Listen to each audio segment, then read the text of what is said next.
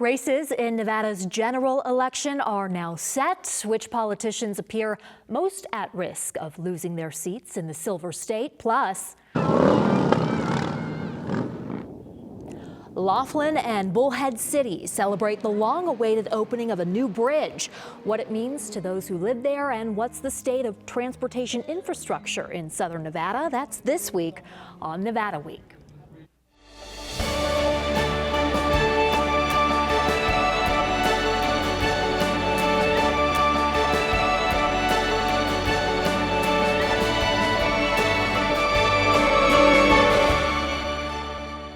Support for Nevada Week is provided by Senator William H. Hernstedt. Welcome to Nevada Week. I'm Amber Renee Dixon. A new bridge connecting Laughlin to Bullhead City is finally open. What difference it's expected to make and what other major transportation projects are Nevadans still waiting on, that's ahead. But we begin with elections. With the primaries behind us, we look to the general election where U.S. Senator and Democratic incumbent Jackie Rosen will face Republican Army veteran Sam Brown. Meanwhile, all incumbents in Nevada's congressional races won their primaries, meaning U.S. Representative and Democratic incumbent Dina Titus will face Republican and retired U.S. Army Colonel Mark Robertson in District 1. In District 2, U.S. Representative and Republican incumbent Mark Amodei will face Independent Greg Kidd, since no Democrats ran in that primary. In District 3, U.S. Representative and Democratic incumbent Susie Lee will face Republican Drew Johnson. He's a policy analyst.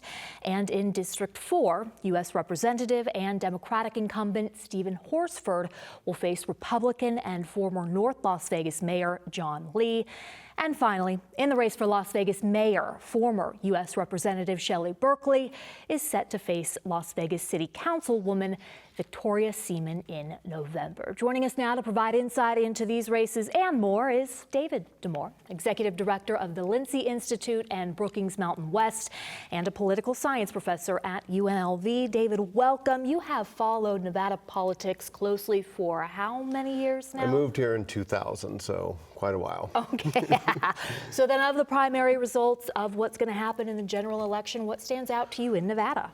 I think the sort of lack of surprises was the thing that stood out to me. I mean, it seemed that all the people who were expected to move forward did. On the other hand, you have a lot of open races, particularly in the state legislature, which, you know, will regardless of the outcomes in November, will lead to a lot of new people coming to Carson City there. So that was the thing that stood out to me. You have at the top of the ticket, obviously, Sam Brown. Speculation about was he winning, was he not? No, he crushed it. So that was fairly straightforward there.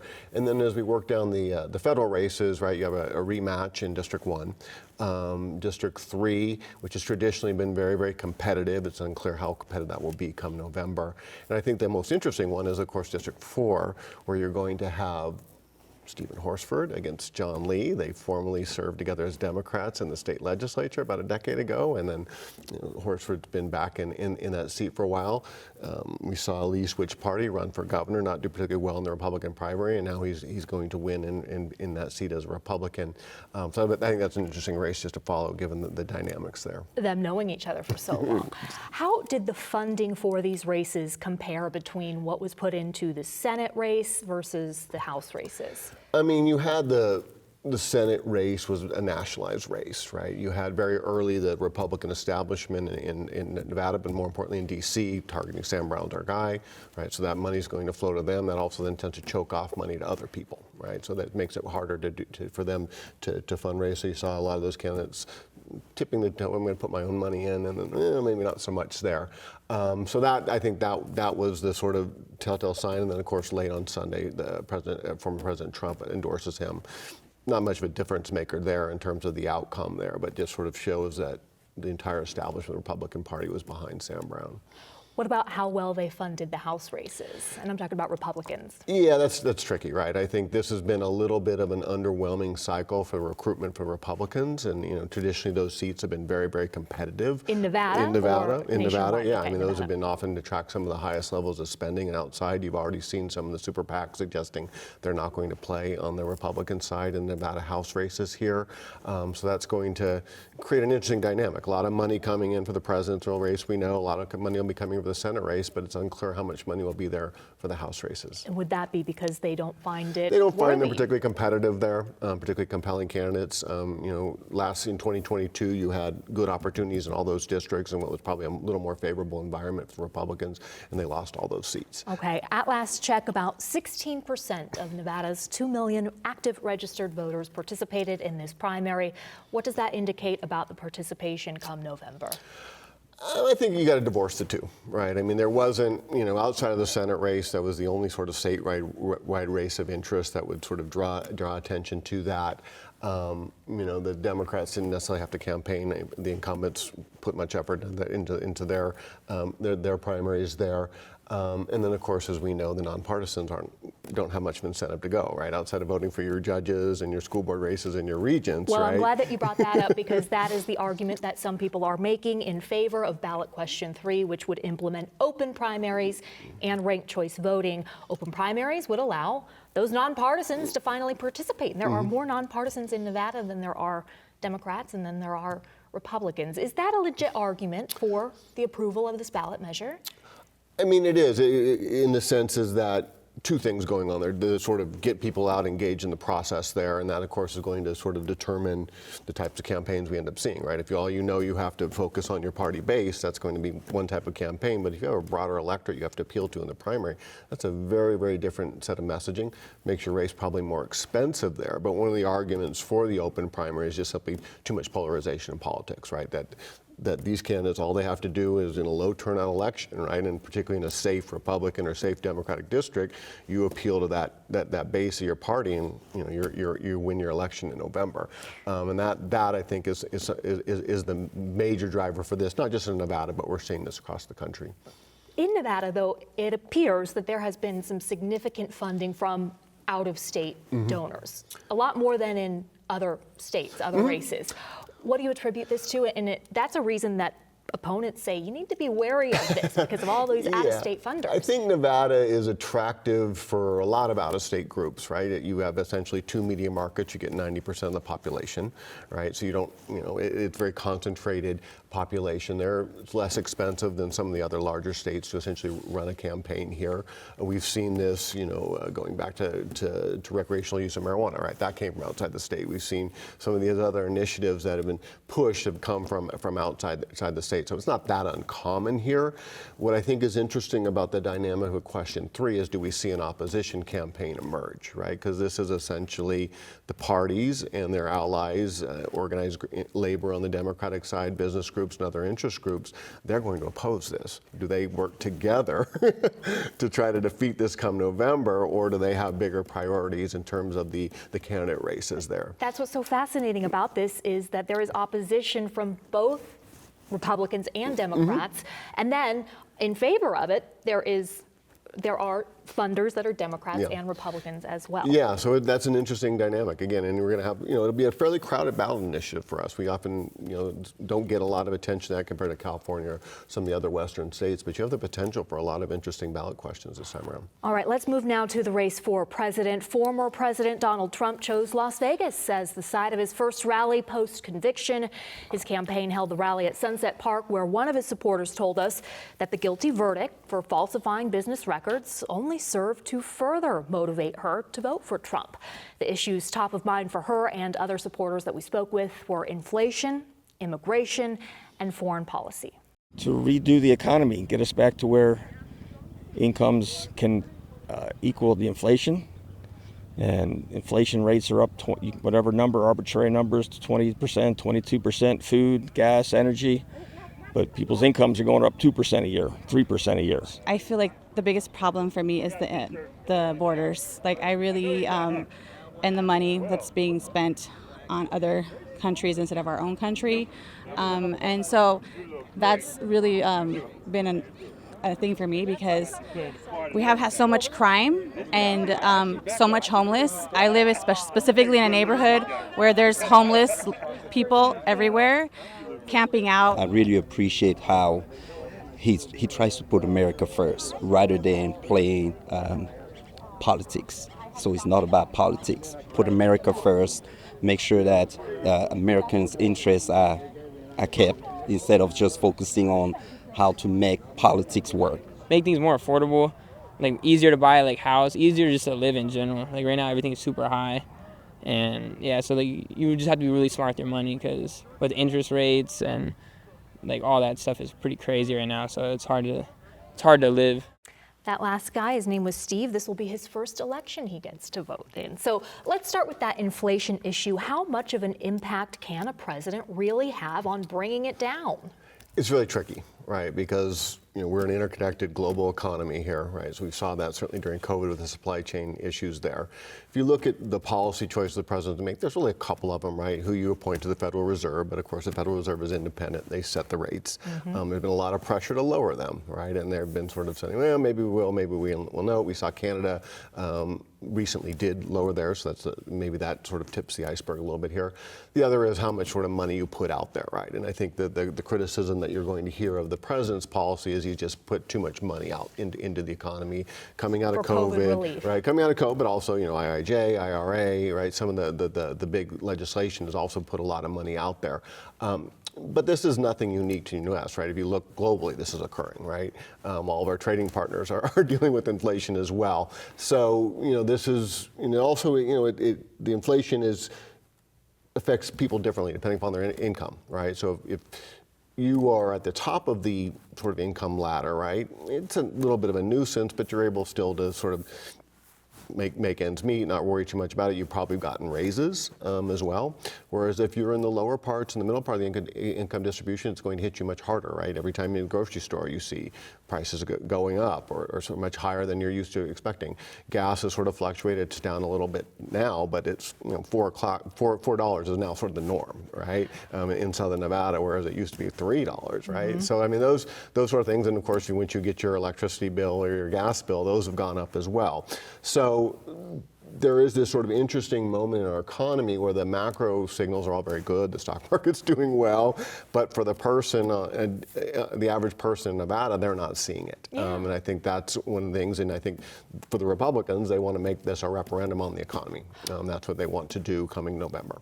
When some argue that President Biden put too much money into the economy, which caused inflation, we should acknowledge that former President Trump approved COVID funding Absolutely, as well. Yeah. I mean, we've been the federal government's been on a spending bender since about 2020 on this, and at the same time, while you've reduced taxes as well, right? The taxes that were put in early in the Trump's administration will expire come 2025, but right now, right, you're running huge deficits as well, which would driving up the cost of borrowing for the federal government.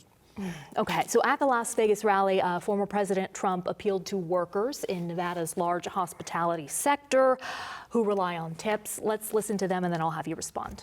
So this is the first time I've said this, and for those hotel workers and people that get tips, you're going to be very happy, because when I get to office, we are going to not charge taxes on tips, people making tips.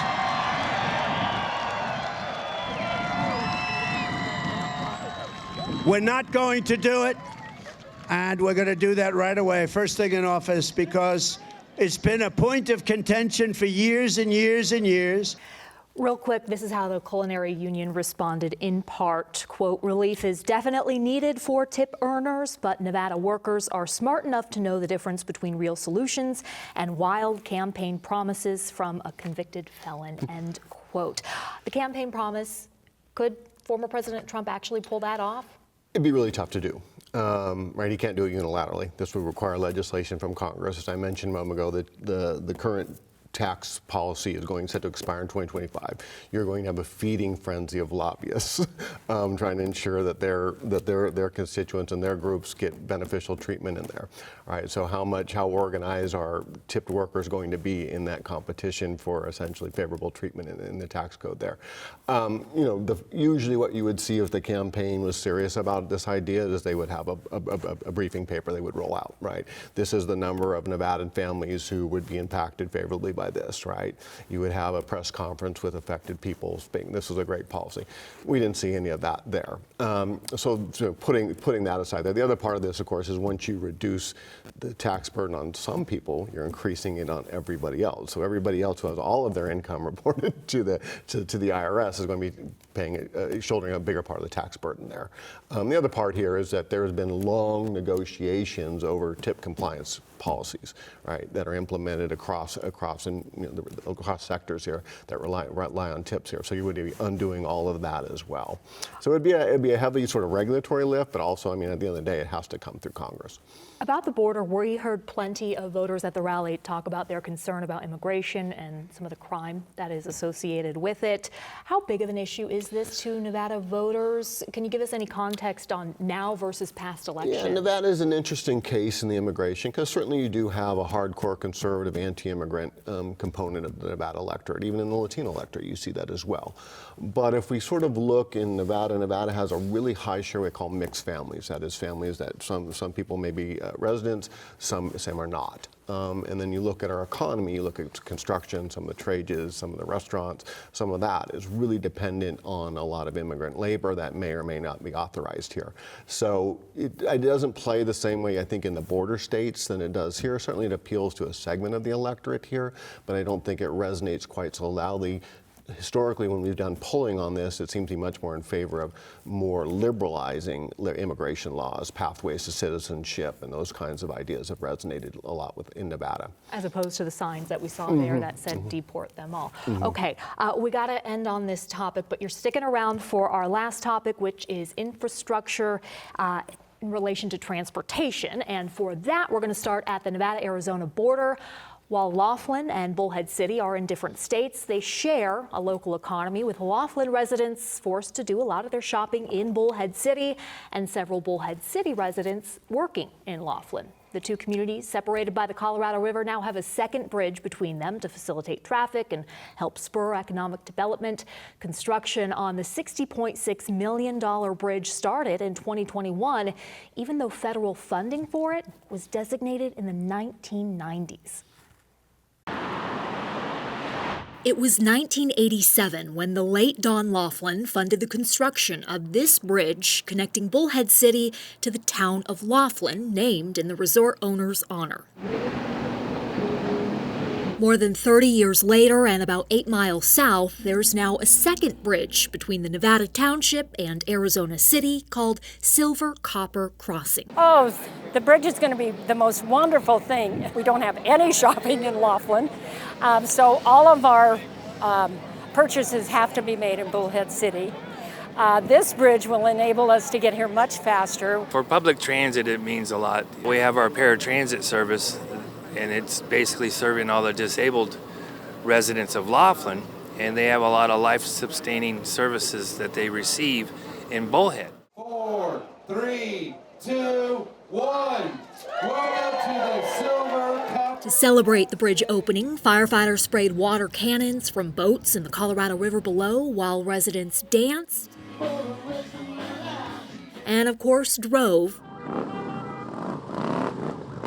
across the 724-foot-long link between Laughlin and Bullhead City. This celebration, decades in the making, as it was the late U.S. Senator Harry Reid of Nevada and the late U.S. Senator John McCain of Arizona who pledged their support for this bridge back in the 1990s. The first 2 weeks I was in office, over 5 years ago now, I made a trip to Laughlin, visit with residents, and this was the first thing I heard about because they've been promised this, frankly, for over 20 years. They've been told that there would be a connection to these two thriving and growing areas, and what the killer was it was funded. Michael Naft is a Clark County commissioner whose district includes Laughlin. Well, government moves slowly, but not typically this slowly. I think there were a variety of factors that delayed this project. There was certainly politics involved. There were other kinds of decisions that had to be made along the way, but at the end of the day, what did it for me was, one, the need was great. The need for emergency access guess, if nothing else,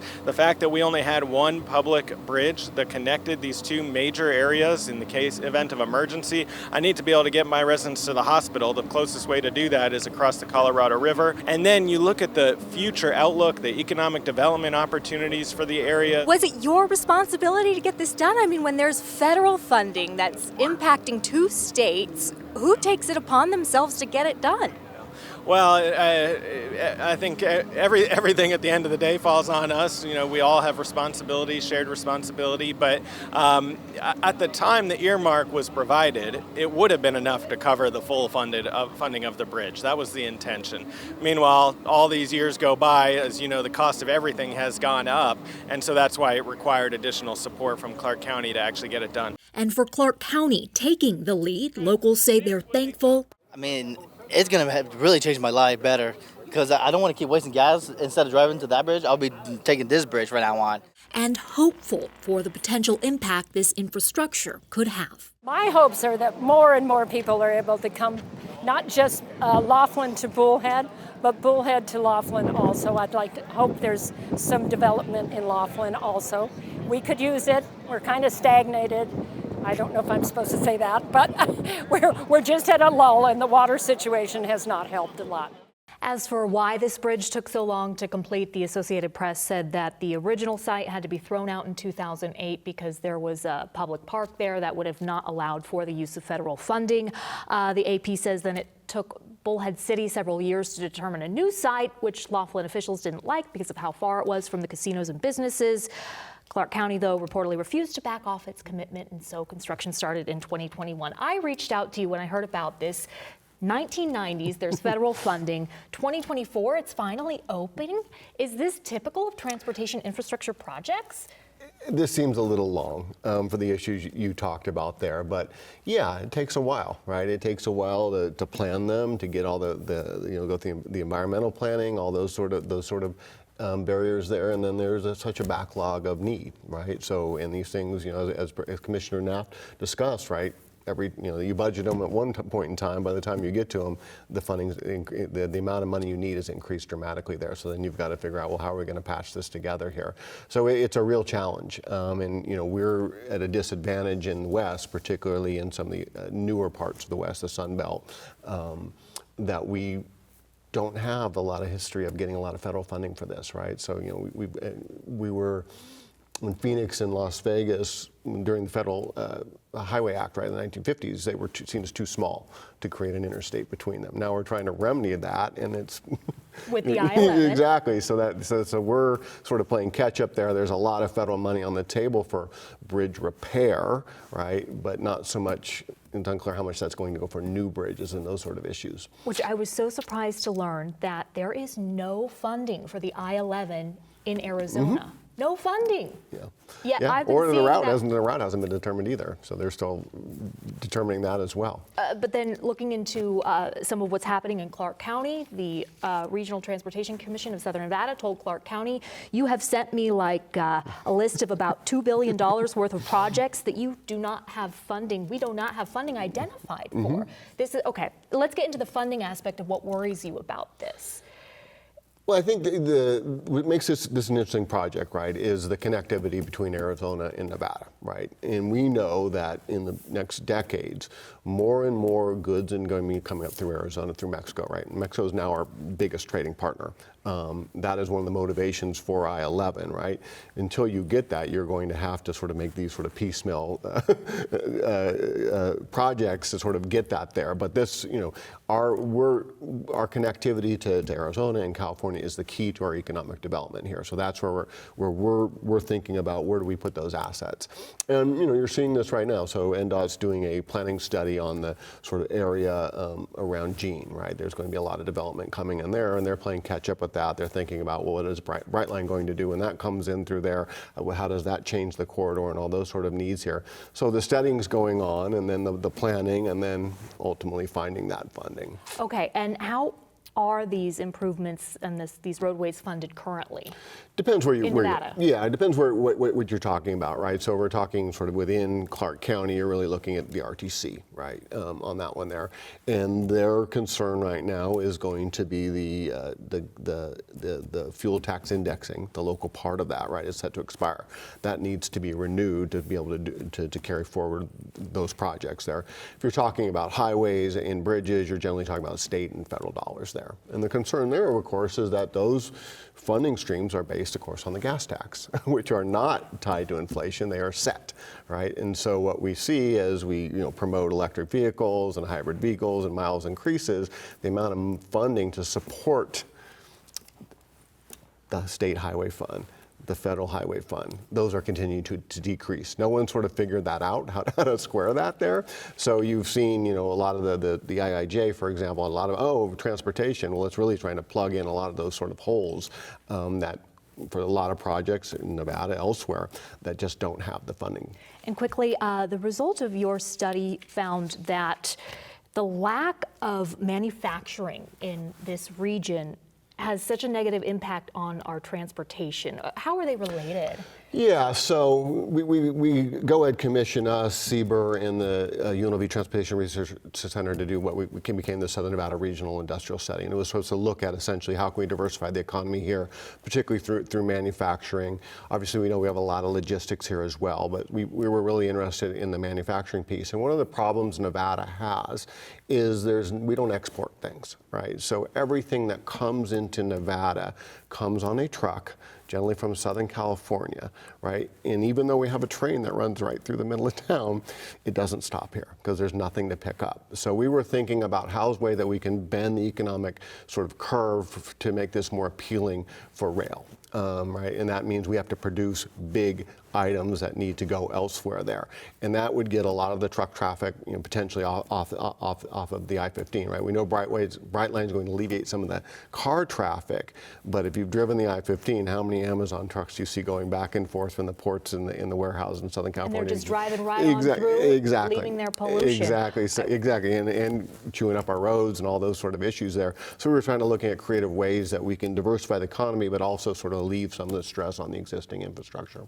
David Damore, I wish we had more time to discuss this, but we have run out of time. Thank you for joining us, and thank you for watching.